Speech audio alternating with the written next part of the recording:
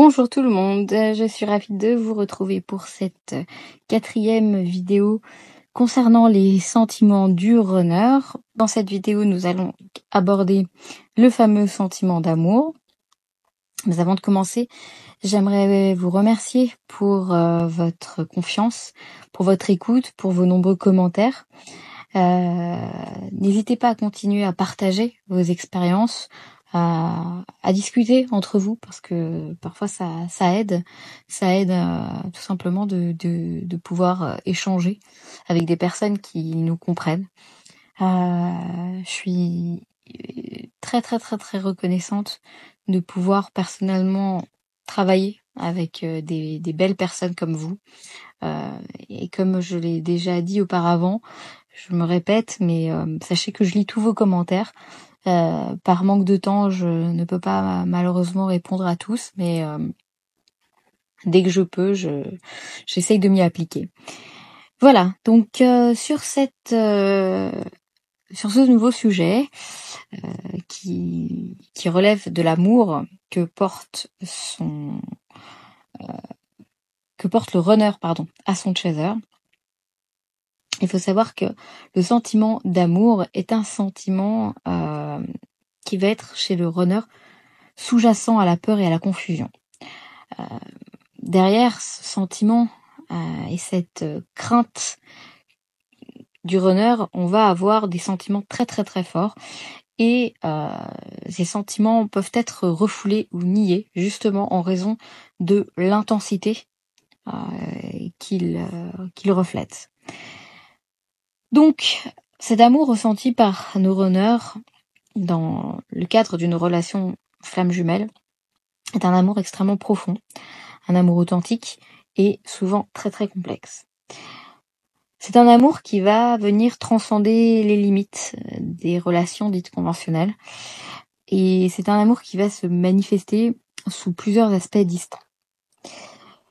Donc, voici un petit peu donc le développement qui peut être expliqué à travers ce sentiment d'amour. Déjà, on va voir les différents aspects de l'amour. Premièrement, l'amour inconditionnel. Alors, l'amour inconditionnel va être une caractéristique donc majeure de l'amour entre les flammes jumelles. Le runner peut ressentir justement cet amour qui va venir transcender les défauts, les erreurs et les difficultés de cette relation. C'est un amour qui va être basé sur une acceptation totale de l'autre personne, mais exactement telle qu'elle est, sans aucune condition et sans aucune attente. Effectivement, vous me direz, oui, mais bon, ça c'est généralement le chaser qui ressent ça. Détrompez-vous, le runner ressent également la même chose dans un premier temps, et il met vraiment sur un piédestal son chaser, pour qui il a des sentiments très puissants, des sentiments inexpliqués, inexplicables et totalement nouveaux. Il n'arrive à percevoir aucun défaut chez son chaser. Dans un premier temps, tout ce qu'il voit de l'autre lui plaît. On va voir un deuxième aspect, donc l'amour dit spirituel. Donc cet amour spirituel va être véritablement une connexion d'âme à âme. Le runner peut sentir que son chaser et lui-même sont connectés à un niveau spirituel profond. C'est un amour qui peut être accompagné d'un certain sentiment de familiarité et de reconnaissance mutuelle.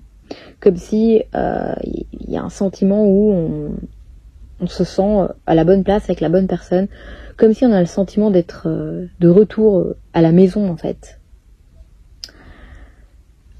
Troisièmement, on va avoir cet amour dit transformateur. Il est vrai que l'amour entre flammes jumelles a le pouvoir de transformer. C'est un amour alchimiste.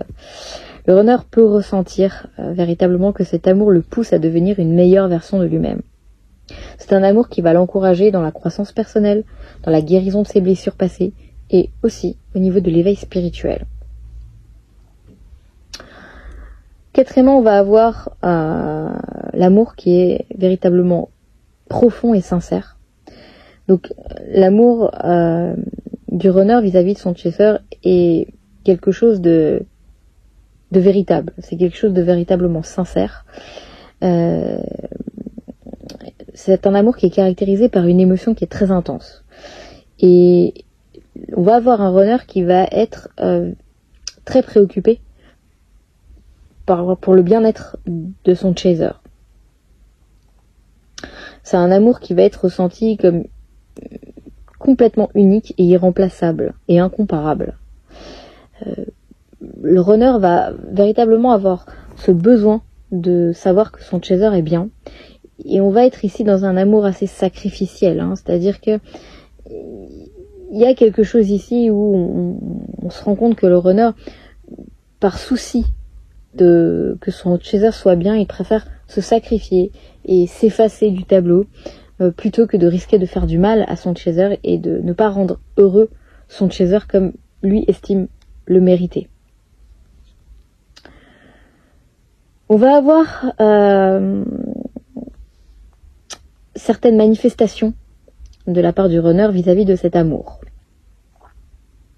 Donc déjà, comme je le disais, on va avoir ce désir du bien-être du chaser. Le runner éprouve véritablement une volonté de voir son chaser heureux et épanoui. Il se soucie sincèrement de son bien-être, que ce soit émotionnel, physique ou spirituel. Et le runner se sacrifie et est prêt à sacrifier son propre bonheur pour le bonheur de son chaser. À l'inverse des relations toxiques en soi, des pervers narcissiques, qui eux sacrifient le bonheur de leur autre pour leur propre bien-être personnel.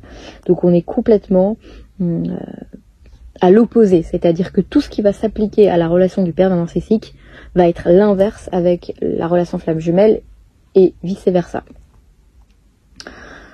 Donc nos runners sont des personnalités très complexes dans le sens qu'ils cachent beaucoup leurs émotions, leurs sentiments, mais à l'intérieur ils ont des très grands cœurs. Alors j'entends souvent oui mais c'est pas vrai, ce sont des gros égoïstes qui passent leur temps à mentir, etc. Alors la vision du runner telle qu'on l'a décrit de cette façon-là, ok, ils sont loin d'être parfaits, on est bien d'accord, ils ont beaucoup de choses sur lesquelles ils doivent travailler, mais attention, un runner n'est pas un pervers narcissique, s'il vous plaît. Moi qui connais très bien les deux relations, moi qui ai connu de façon très très très claire la personnalité du pervers narcissique et qui connaît si bien le runner, je peux vous garantir que ça n'a absolument rien à voir. Et je trouve ça, à mon échelle, en tous les cas, scandaleux de pouvoir comparer un runner à un pervers narcissique. C'est insultant. Ce sont des personnes qui sont ignorantes du sujet, qui se permettent de dire ça. Et limite, j'ai envie de vous dire, ça m'énerve d'entendre ça, parce que quand on connaît la beauté de l'âme du runner et quand on connaît la noirceur de l'âme du pervers narcissique, c'est juste pas possible. Et les personnes qui pensent que leur runner est un pervers narcissique, c'est que ces personnes-là, la personne dont elles parlent est forcément un pervers narcissique, et ces personnes-là sont probablement pas sur un lien flamme jumelle. Ça, c'est pour moi, il n'y a aucun doute là-dessus. Les vraies flammes jumelles savent très bien que leur runner n'est pas un pervers narcissique. Elles savent très bien que leur runner leur veulent du bien, et en tous les cas n'ont jamais cherché à leur faire du mal de façon volontaire. Et elles connaissent l'âme de leur runner. Les personnes qui ont un doute et qui se demandent si leur runner c'est pas un pervers narcissique, c'est qu'il y a de fortes chances que c'en soit un, et qu'elles ne sont pas du tout dans un lien de flamme jumelle, et que c'est à elles de prendre du recul et de réaliser qu'elles sont dans le déni d'une relation extrêmement toxique, et qu'il est temps d'ouvrir les yeux sur la nature de la relation. Parce qu'il est vrai que lorsqu'on est dans une relation toxique, on a beaucoup de mal d'ouvrir les yeux, on a beaucoup de mal, on reste dans le déni, on essaye de se convaincre, on trouve toutes les excuses possibles et inimaginables à un comportement totalement inacceptable, mais on sait au fond de nous qu'il y a quelque chose qui va pas, on sait au fond de nous qu'on se sent extrêmement mal avec l'autre, et que le comportement de l'autre est totalement inacceptable, mais on continue d'y croire.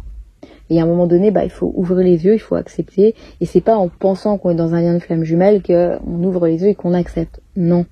Le lien de flamme jumelle est très spécial, il y a des caractéristiques propres à ce lien qui n'ont absolument rien à voir avec le lien lié au pervers narcissique.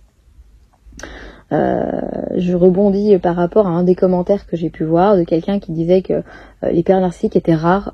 Faux. faux. Les pervers narcissiques, malheureusement, sont tout sauf rares. Ils sont très fréquents, malheureusement de plus en plus. Tout comme le lien de flamme jumelle est en train d'exploser dans le monde, autant les pervers narcissiques sont en train d'exploser aussi du côté de l'ombre et flamme jumelle côté lumière. Donc les personnes qui pensent que la pathologie pervers narcissique est rare, vous vous trompez et vous ne connaissez pas ce type de relation pour sûr, parce que sinon vous sauriez combien de personnes, malheureusement, combien de milliers de personnes souffrent à travers ce type de relation. Et les personnes qui disent aussi oui mais il faut arrêter de catégoriser tout le monde de pervers narcissique, faut aussi arrêter de minimiser le mal-être des personnes qui ont vécu la relation perverse narcissique. Il faut arrêter de considérer les victimes comme étant des personnes qui ne sont pas stables ou qui ne savent pas de quoi elles parlent. Non, il y a trop de milliers de personnes, hommes comme femmes, qui voient leur vie détruite par ces êtres diaboliques, parce que pour moi ce sont des êtres diaboliques, les pervers narcissiques. On va appeler un chat, en l'occurrence. Pour moi, oui, c'est l'équipe du diable sur cette terre. Les pervers narcissiques, à n'en pas douter, ce sont des envoyés du diable sur cette terre, clairement. Après on croit au diable ou pas, c'est en tout cas le côté de l'ombre, pour sûr, qui est là pour faire du mal volontairement et en toute conscience. Donc moi, toutes les personnes qui vont essayer de trouver une excuse aux pervers narcissiques et essayer de minimiser les pathologies de ces timbrés, c'est pas chez moi qu'il faut venir, parce que moi je les démonte comme il faut. Pour connaître très bien ce sujet, je peux vous garantir que avec moi, ils n'ont pas beaucoup de chance de s'en sortir, les pervers narcissiques, clairement. Voilà, petit aparté, ça fait du bien de sortir. Je vois trop, je suis désolée, mais je l'ai vécu perso et je vois trop de personnes qui malheureusement sont dans des situations tragiques. J'ai des amis très proches qui ont vécu des situations vraiment horribles à cause de ces gens-là, et on est toujours dans les mêmes caractéristiques, on est toujours dans le même type de comportement, on est toujours dans les mêmes manipulations, et à un moment donné, moi j'ai envie de dire stop, ça suffit. La justice ne reconnaît pas, les psychologues ne reconnaissent pas, les majorité des thérapeutes ne sont pas formés et ils sont tous à voir comme des bleus par les pervers narcissiques. Bref, c'est une catastrophe ce qui est en train de se passer. Mais bon, moi j'ai foi dans le fait que tôt ou tard ces gens-là ils paieront très cher ce qu'ils font. Et il est question ici de temps et plus beaucoup de temps, parce que la lumière va reprendre le dessus petit à petit. Et ils auront ce qu'ils méritent, et j'espère le plus rapidement possible. On va laisser de côté ce sentiment de haine. On va revenir vers l'amour véritable qui existe entre le chaser et son runner. Le runner va également ressentir un sentiment de complétude en présence de son chaser. Il va ressentir ce sentiment de bien-être, d'unité, ce sentiment... un vrai sentiment de plénitude. C'est comme s'il va savoir en fait que l'autre est vraiment sa partie manquante, que l'autre est la personne en fait qu'il lui faut dans sa vie. Il y a une phase où leur union va créer un équilibre parfait. Il va y avoir quelque chose d'authentique, quelque chose d'idéal en fait, quelque chose vraiment de parfait. Il est ressenti très fort, lié aux énergies, lié aux connexions, lié à cette à cette montée énergétique que peuvent ressentir les chasers. Les runners le ressentent également. Il va y avoir de la part du runner beaucoup de dévotion et d'engagement. Alors vous allez me dire, on n'a pas l'impression qu'on parle d'un runner là. Je m'explique. Malgré en fait qu'il y ait des périodes de fuite et de confusion chez le runner, sachez que il va néanmoins éprouver une grande dévotion et un engagement profond vis-à-vis de son chaser. Même s'il lutte énormément pour exprimer ses sentiments, ses émotions, il y a un sentiment qui reste sous-jacent et constant vis-à-vis de son chaser. Alors vous allez me dire oui, mais en même temps il décide d'aller voir toutes les filles qui passent dans le quartier, il décide de direct se relancer dans une relation, il décide de se marier avec quelqu'un d'autre, enfin bref. Oui, c'est vrai, mais sachez que au fond de leur cœur, au fond de leurs sentiments pour leur chaser, ils restent intacts. Et malgré le fait que parfois ils leur disent l'inverse, c'est expliqué dans le sens qu'ils vont d'une part essayer de se convaincre à eux-mêmes, donc se couper de leurs émotions et de leurs sentiments, ce qu'ils n'arrivent généralement pas à faire très longtemps, d'accord. Et ils vont aussi des fois préférer ne pas dire la vérité à leur chaser, tout simplement pour les libérer. C'est-à-dire, il vaut mieux que je lui dise ça pour la laisser partir, pour le laisser partir, pour qu'il puisse tenter de faire sa vie loin de moi et tenter d'être heureux ou heureuse. Quelles sont les conséquences de cet amour? Alors, on va avoir premièrement ce fameux conflit interne. Cette intensité d'amour peut créer donc ce conflit à l'intérieur du runner, surtout s'il va éprouver en simultané le sentiment de peur ou d'incertitude. Donc il peut être véritablement tiraillé entre son amour profond pour le chaser et ses propres peurs et insécurité. Alors il est vrai qu'on va avoir c'est ce runner qui va être complètement tiraillé. Il va avoir ce sentiment à l'intérieur de lui-même d'être écartelé entre j'y vais pas, j'y vais pas. On va avoir comme conséquence également la motivation pour la croissance personnelle. L'amour que le runner éprouve pour son chaser peut le motiver à entreprendre justement un chemin de croissance personnelle. Il peut être donc poussé à travailler sur ses peurs, à guérir ses blessures passées et à évoluer de manière spirituelle pour pouvoir être à la hauteur de cette connexion qui est totalement unique. Ensuite, on va parler donc du sentiment de perte en cas de séparation que peut éprouver le runner. Donc en cas de séparation ou de distance, le runner peut ressentir un sentiment profond de perte et de nostalgie. L'amour qu'il va ressentir pour son chaser peut rendre malheureusement la séparation extrêmement douloureuse, ce qui va renforcer le désir justement de retrouver l'autre, de se réconcilier avec l'autre. Alors comment surmonter ces défis de l'amour? Premièrement, il faut que nos runners acceptent cet amour. Le runner doit donc apprendre à accepter l'amour qu'il ressent pour son chaser. C'est pas quelque chose d'évident pour lui à faire. Cela va donc impliquer de reconnaître et d'accepter ses propres sentiments sans les refouler ou les nier. Le runner va donc devoir effectuer un travail intérieur. Il va devoir engager un travail pour pouvoir surmonter ses peurs et ses insécurités. Et cela est absolument crucial. Peu importe quelle méthode le runner peut utiliser, que ce soit la thérapie, la méditation ou d'autres pratiques de développement personnel, il est impératif que le runner accepte de le faire pour pouvoir mieux comprendre et gérer ses propres émotions. Ce qui va être également très important, on l'a déjà vu, c'est cette communication authentique, honnête avec son chaser. Le fait de parler ouvertement va pouvoir renforcer la connexion et ainsi aider à surmonter donc les défis relationnels. Le fait de pouvoir partager ses sentiments, le fait de pouvoir partager ses peurs, ses désirs, va créer en fait une base de confiance et de compréhension mutuelle.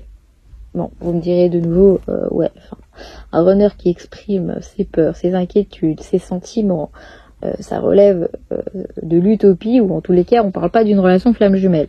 Je le conçois, mais néanmoins, on a quand même certains runners qui tentent de s'exprimer. Et je dis bien qui tentent, parce qu'on est face à des chasers malheureusement qui en début de relation ne sont pas aptes et prêts à réceptionner les sentiments des runners.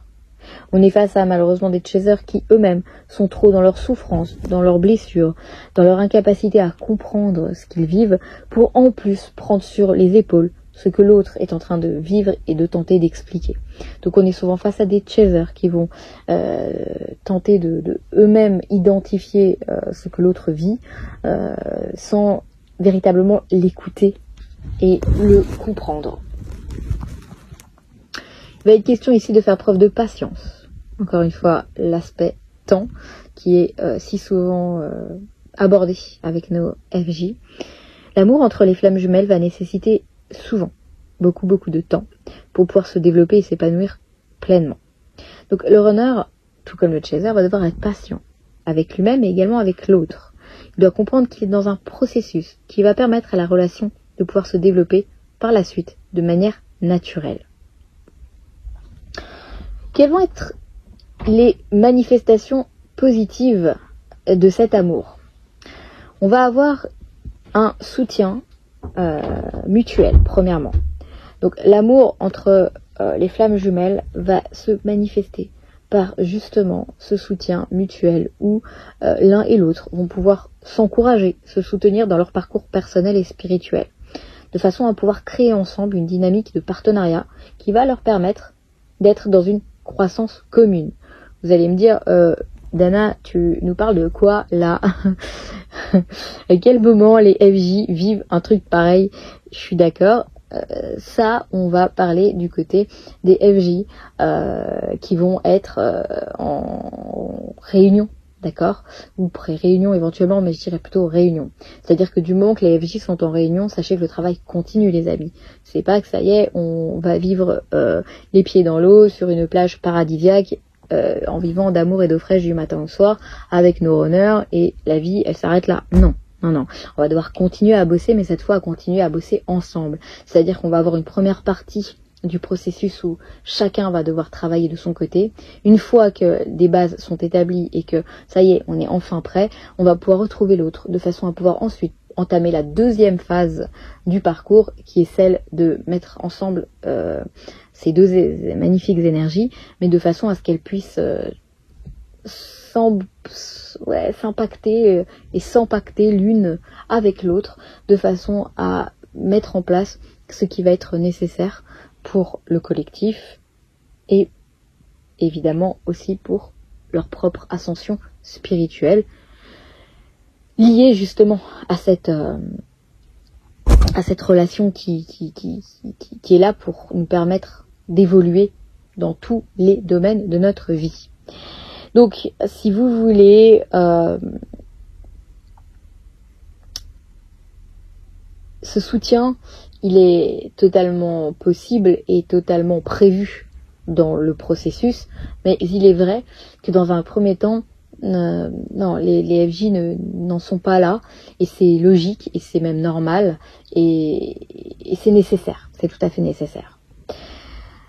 Parce que sans cela, on ne pourrait pas travailler correctement sur nos blessures.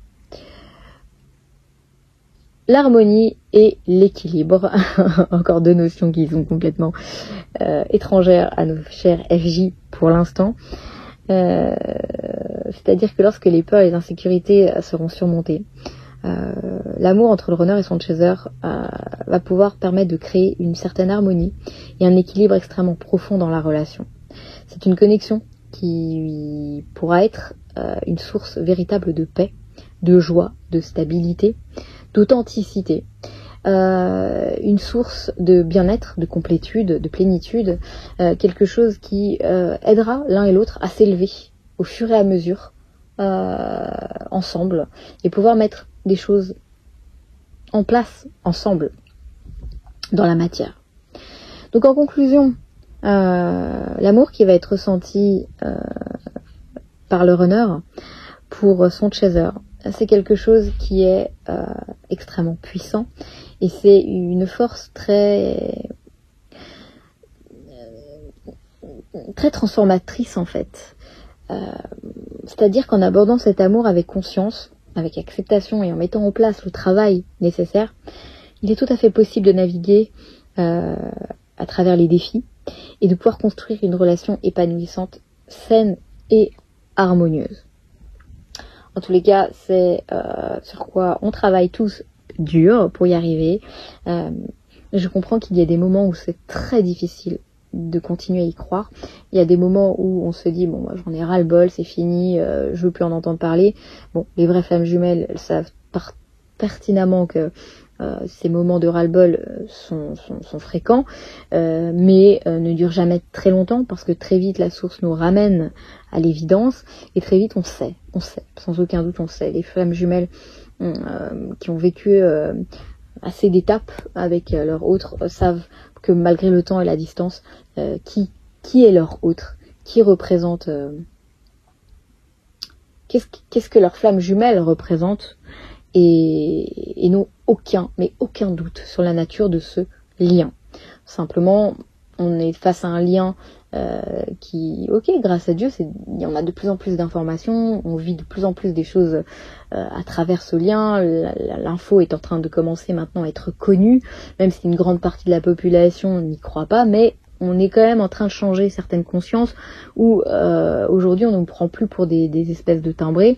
Aujourd'hui on comprend que les flammes jumelles existent, on comprend qu'il y a une nature, en tous les cas toutes les personnes qui sont du milieu spirituel, qu'elles soient FJ ou pas, elles reconnaissent aujourd'hui le lien. On va être face à des thérapeutes qui commencent également à s'intéresser de près au lien.